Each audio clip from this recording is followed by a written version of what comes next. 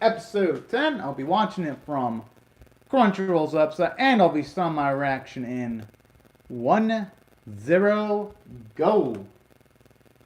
Alright, I'm pumped up. Oh, days.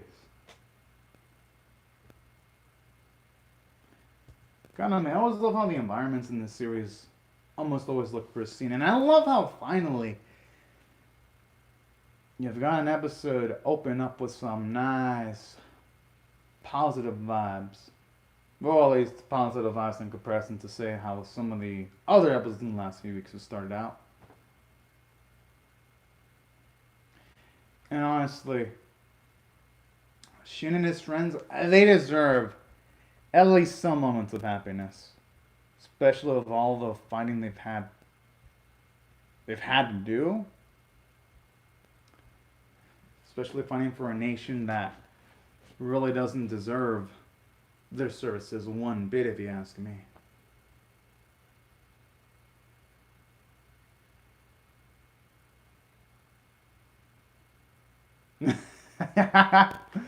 Oh, that's a cute little scene there.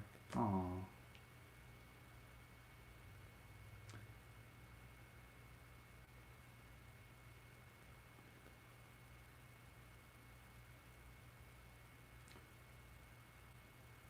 God, I thought for a second she was tearing up, but it was a nice little effect that it was actually a raindrop that made it seem like she was tearing up. That's a good directorial choice there. Thought for a second it might have been a tear of joy or something of that nature.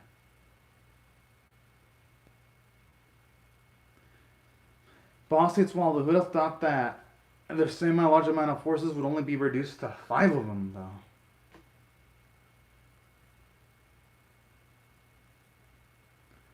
But it's better at least some of them be alive than no one at all, you know?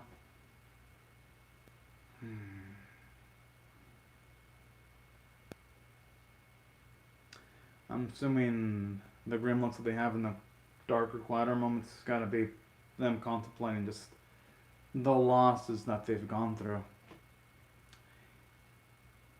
Hey, you know, it shows, and at least in a small bit of the opening, it just shows 5 silhouettes. So I guess now I know the context behind that. Now I just wonder how Elena handled the disappearance of the 86 squad that she was in charge of. I wonder, you know what, knowing her, I think she's probably going to report them as dead. Because I don't think she's going to want her nation going after Shin or the others. So because knowing her, she's going to try to have their backs as much as possible. And I would think that should be capable enough of doing that. But then again, who knows if that's even doable, because there's a chance that the military might have access to all the recordings when she was communicating with the 86er, so who knows if that's even gonna be doable. Although I can't wait to see what the follow-through is gonna be.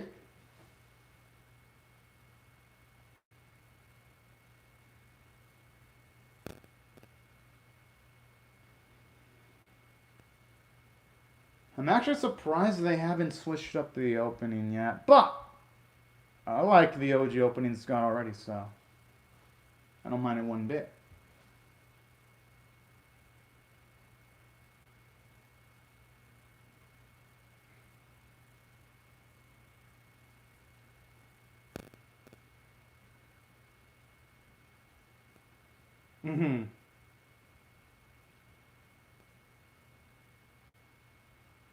Well, they're gonna have to find a way around in that case.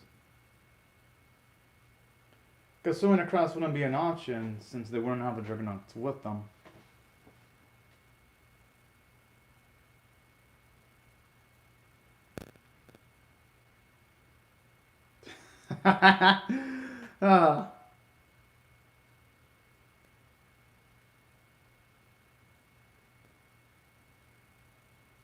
And they honestly do deserve the freedom.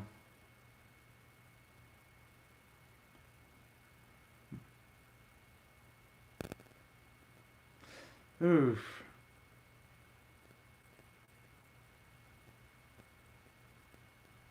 Well, I wouldn't blame Shin's perspective either. I mean, they do have the right of relaxing.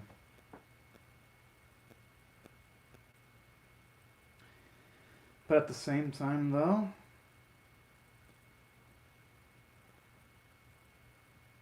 who knows what happened if they stay in the same area for a bit too long.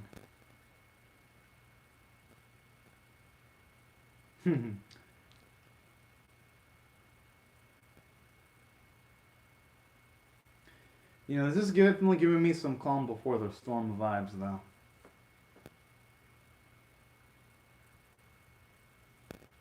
Thankfully, that ain't the case. Well, I mean, at least in that squad, they're the last people alive. But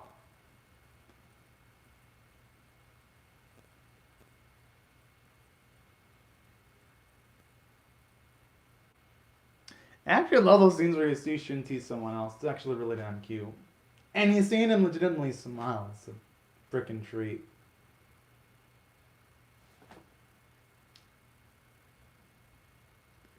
And it makes sense to considering that the weight's completely out of his shoulders now and he's finally settled things with his brother.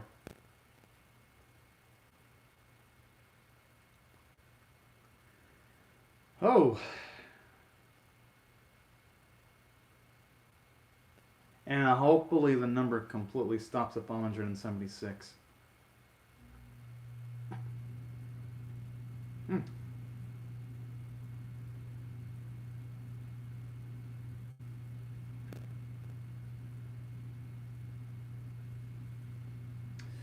I don't like the sound of that.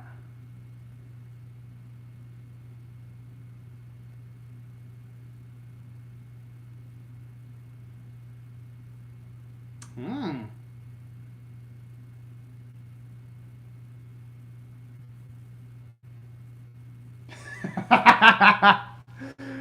Oh.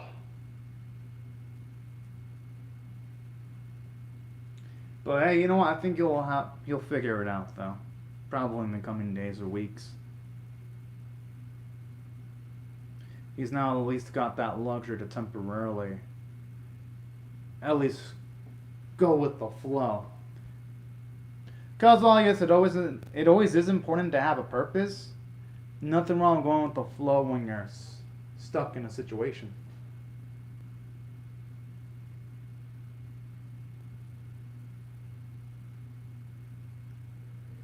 Huh. Aww.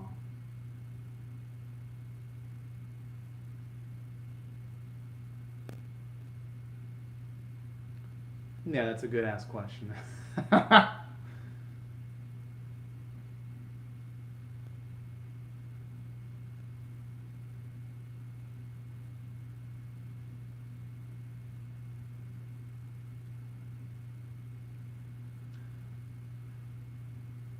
Hmm. And, you know, he can even give some slight build into the mythology of the series, actually seeing how the old imperial cities actually look like.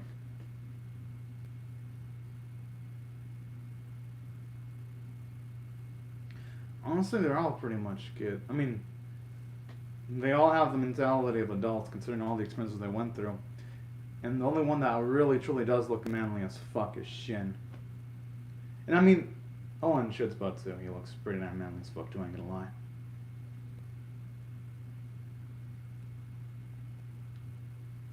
Hmm.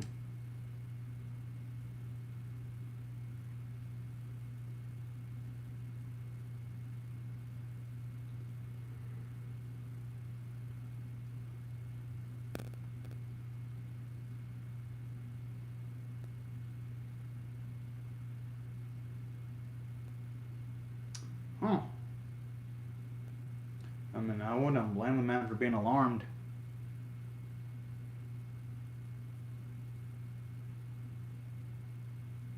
Oh, so it was just Shin being paranoid then.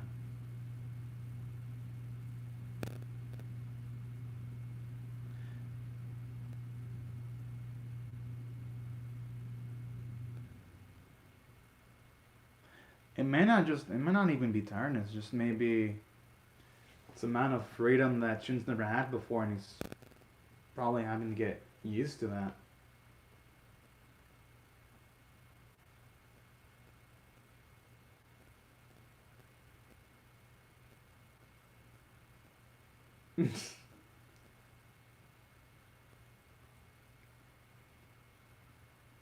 Hmm.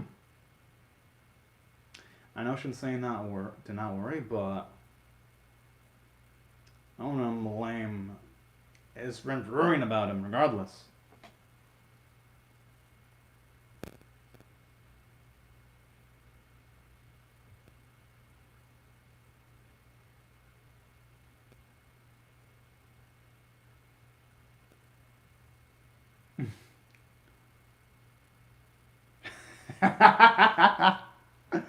Oh, that's too cute. She kind of does have a little sister vibe, though, I ain't gonna lie. Whoa! It does sound deliberate to me.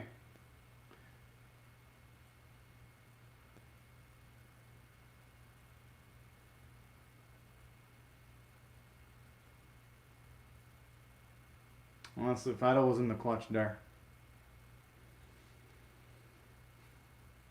Speaking of which, I haven't really mentioned it much, but the visuals have been really damn pristine. Even like with the way the water's running at nighttime looks really gorgeous. The way it's simmering with the light of the moon there.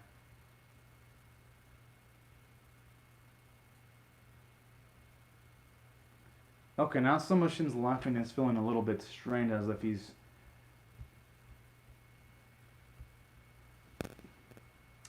trying to laugh that way to keep morale up. At least as much as he can.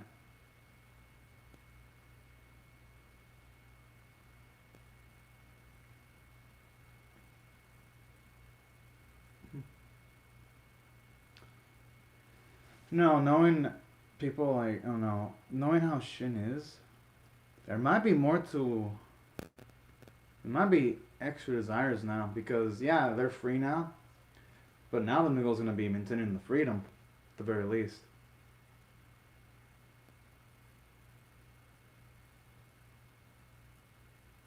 Hmm.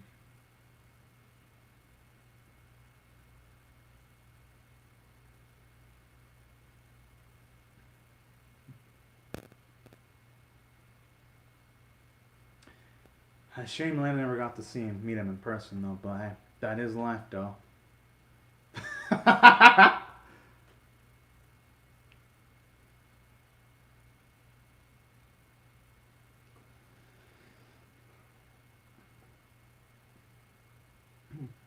I'm sure if that's the case, Shin will find something eventually though.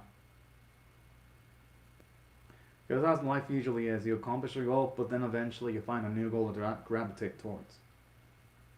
Wha- Oh man, I hope Shin doesn't do anything freaking wild, but you never know with him though.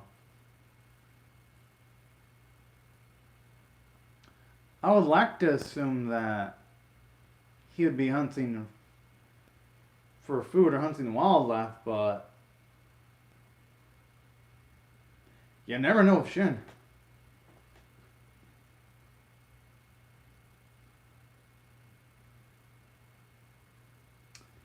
I just hope it doesn't lead to anything majorly dark, but you never know with this series though, because it usually has a well placed twist.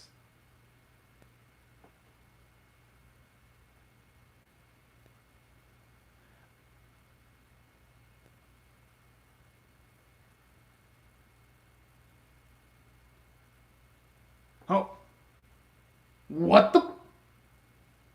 That looks like a Legion.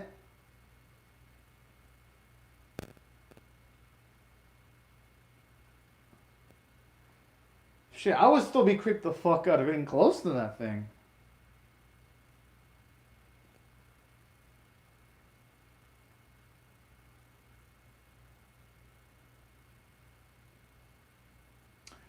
Oh, well, that explains a lot then.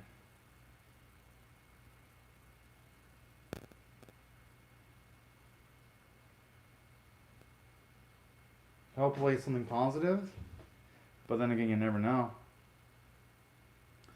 Hopefully it isn't alerting. Oh, okay.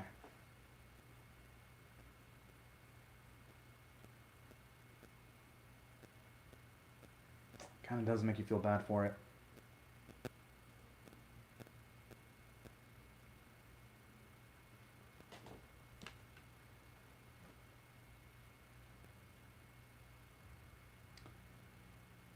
Gotta admit, it wasn't the type of twist I was expecting, but it was a good one nonetheless, at the very least.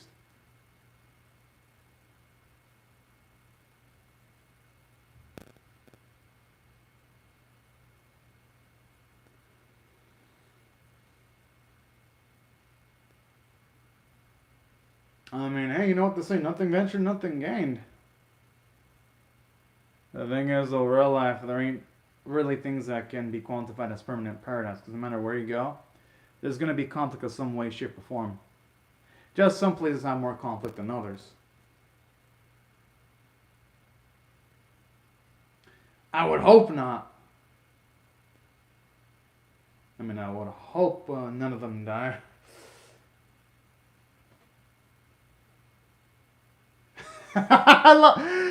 You know, I never really took attention to Fido, but now I absolutely adore him.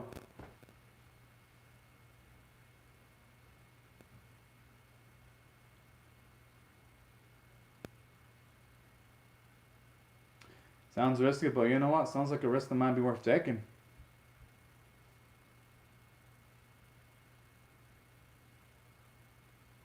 Thank you. Oh, it's quite the title there. Oh, oh no, no, no. Okay, don't tell me no. Any. Okay, I thought for a second one of Shin's friends, or even Shin himself, might have been shot for a second. Man, this series makes me paranoid as hell. Like with even like the most minor sound effects, I think it's like the end of someone's life sometimes. Oh, looks like little Shin.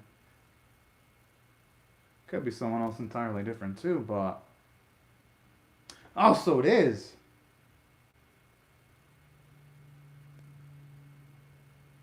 It's actually nice to get to see the moment where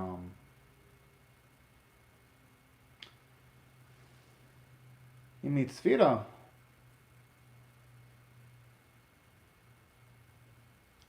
Well, I don't know what's the context behind that, unless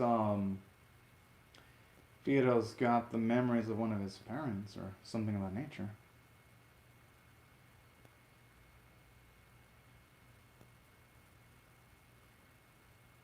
Oh.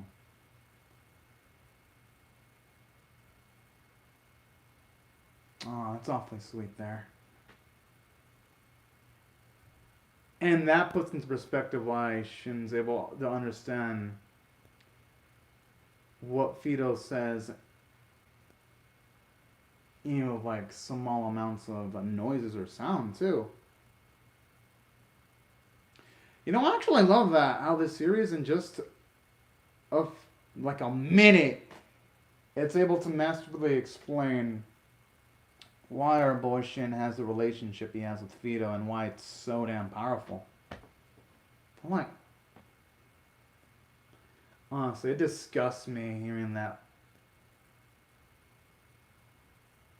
Yeah, you know, I understand why he wouldn't throw it towards the officer.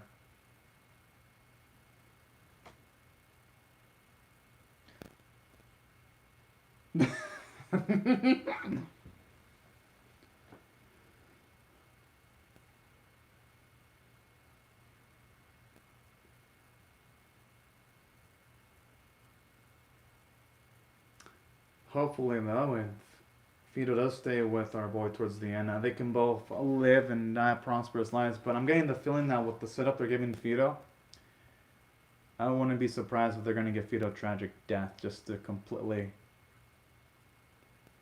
make it a present scenario. Kamara's just quite adorable how she reacts to every little thing regarding Shin. That's really damn cute in its own way. Aww.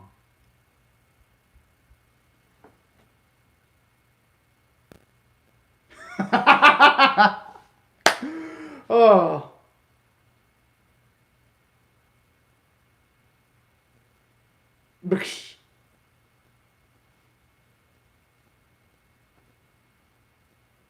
And it's really nice getting to see Fido's perspective too.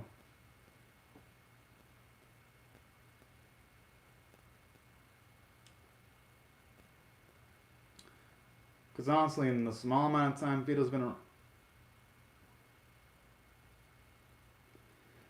Now, if they give him Fido emphasis, he's surely become a character of his own.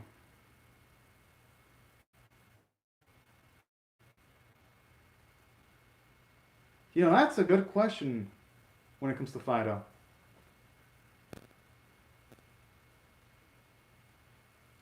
Oh, yeah. I mean, they can consider Fido as a gender neutral. They're going that route. Hmm. Well, Corinna definitely wants in on that.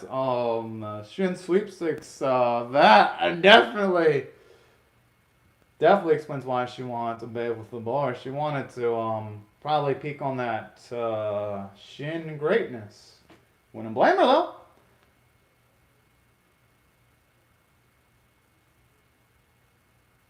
Oh, that really makes Deia's death a lot more sad reading that.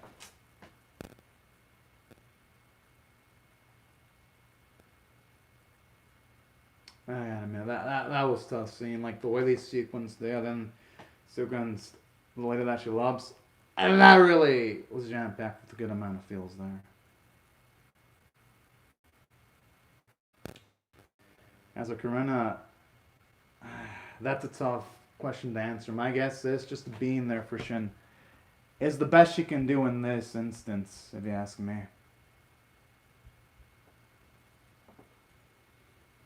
Yeah, Fido wouldn't want to be left behind. I love the way he nods in agreement.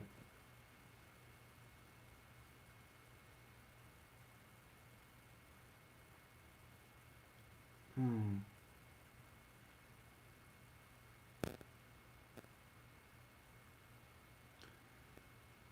No, no, no. Hopefully none of them die. But man, this series just has death blogs on almost everyone, except for Lena, of course.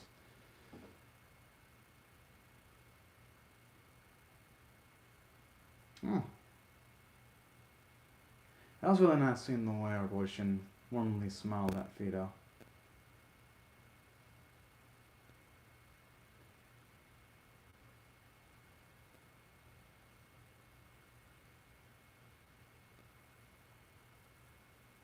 Oh, gotta admit that was a cute photo there.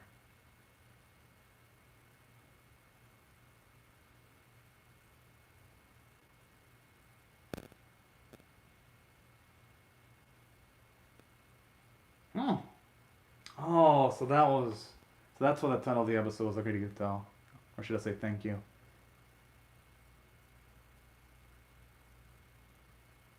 Oh, oh,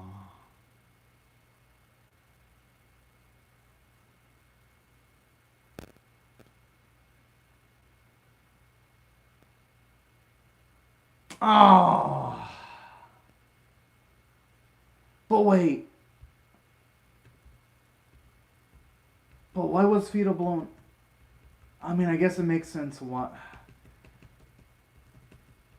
Fuck. I guess I should have known something was gonna happen to Fido because the death flags on him were immense. It doesn't make it any less unpleasant to see our cute little Fido blow up though.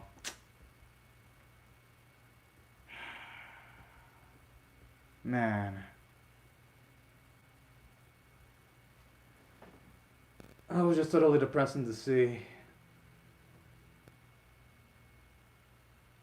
But I guess it makes sense why they had to have Fido blown up though, because they do have to cross the other side and they couldn't really take Fido with them.